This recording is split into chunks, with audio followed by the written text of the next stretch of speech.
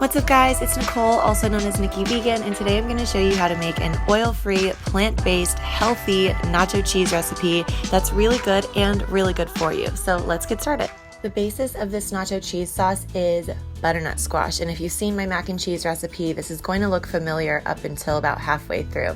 You're going to want to do 1.5 cups of frozen butternut squash just straight into a blender, along with 2 tablespoons of cashew butter.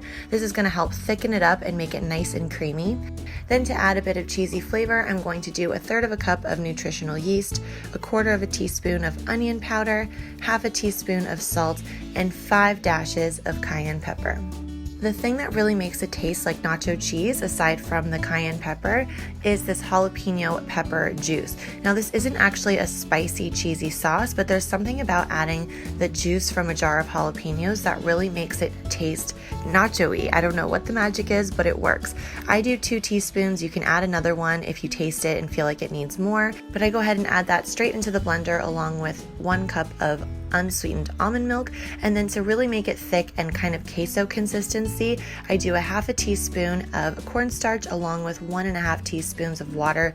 Mix that together to dissolve and pour it straight into the blender as well. I love this recipe just because it's so simple. Like everything just goes right into the blender.